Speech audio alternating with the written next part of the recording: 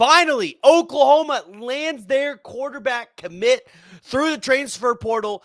John Mattier has committed to the University of Oklahoma. He's going to be your quarterback next year, and he's a big-time prospect. So we're going to dive a little bit deeper into John Mattier, and then also I want to talk about a couple of the weapons that we could see Oklahoma go out there and grab and potentially put around Mattier for this upcoming season, especially now that you've got a quarterback. It's going to be a little bit easier to recruit some of those wide receivers. So before we do that, as always, make sure you join the discussion.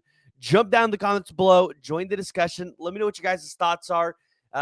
Excuse me if I sound a little congested, if I'm just not 100% there.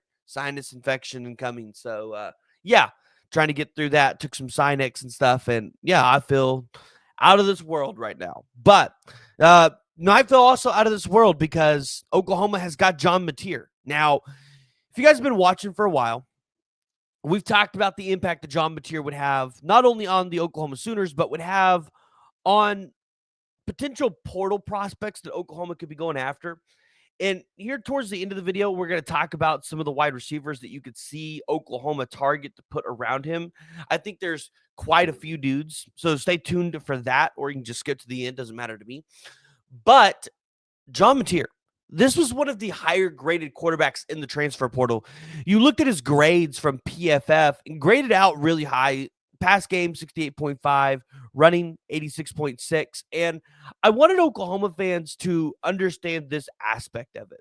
Obviously, last year, the offensive line in Oklahoma wasn't very good. I think a lot of us expect the offensive line to be a lot better, right? I think we can all agree on that. If you don't agree with me, you can jump in the comments and tell me that. But at Washington State, he was sacked 31 times. And I think this is important. I've said this a couple times, but I really think this is an important stat for fans to understand. When you're having conversations with people, I think this is an important statistic to understand. He was sacked 31 times, still threw for 3,100 yards, 29 touchdowns. Jackson Arnold last year, in a very similar offensive line situation, obviously playing against better talent. Sacked 34 times, only threw 1,400 yards for 12 touchdowns. Now, John Mattier had 7 interceptions. He played the whole season. Arnold only had 3.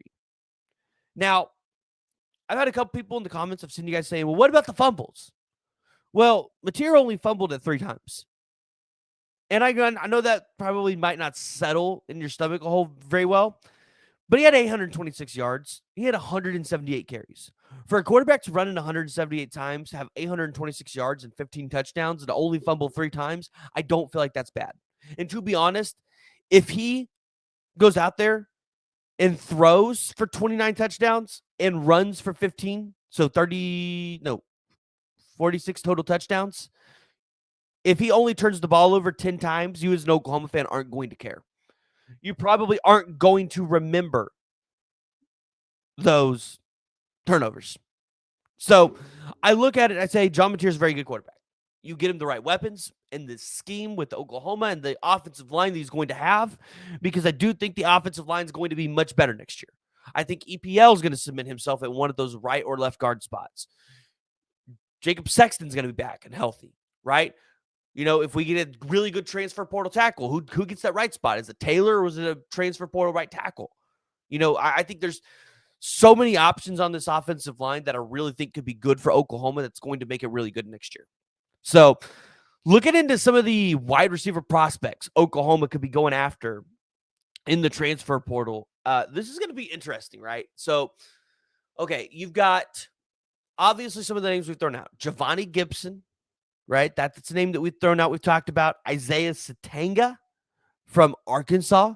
That's another really good option. Remember, Satanga is a 5'11 wide receiver. Last season, he had 37 receptions for 491 yards, 1 touchdown. Kind of, in my opinion, similar to what you have in Deion Burks, but it's a very good option. There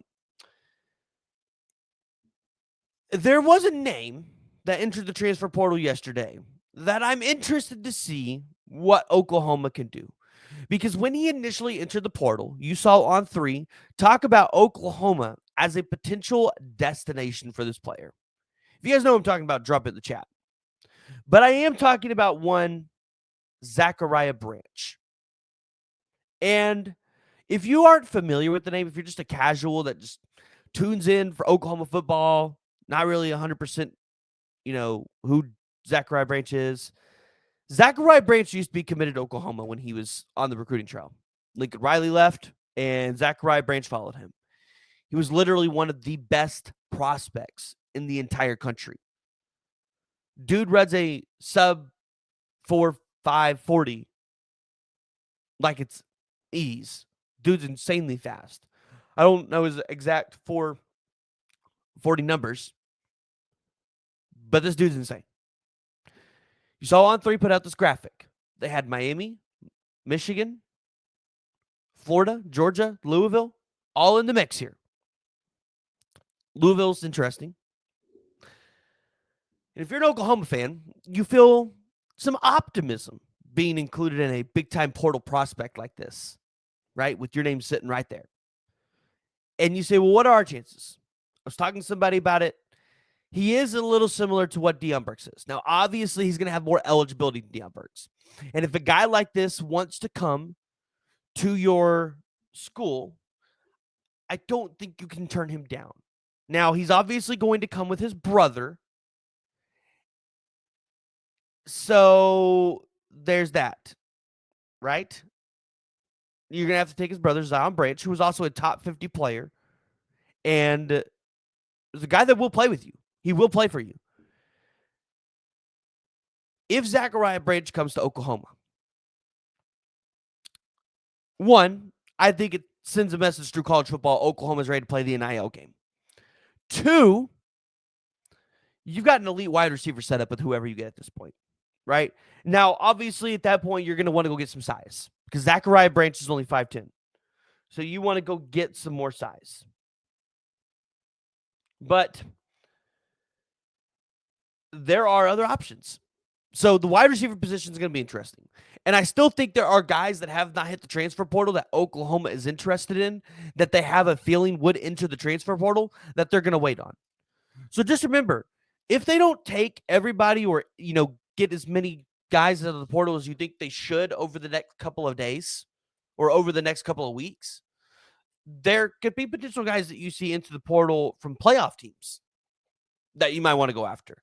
I mean, Boise State's a G5 team. And I'm not saying we want anybody off Boise State's team, but there are going to be guys on that Boise State team that hit the portal that some people are going to want. Same thing for Arizona State. So just keep that in mind, guys. Some of these playoff teams are going to have portal additions, and Oklahoma might be a player in some of those recruitments. So, but the big news is today, John Mattier ends up at the University of Oklahoma. Very good quarterback, can come in, help change the dynamic of that position, and potentially help get Oklahoma back on the right track. If you guys are new to the channel, make sure you hit that like, hit that subscribe button, join the discussion, and let me know what you guys think.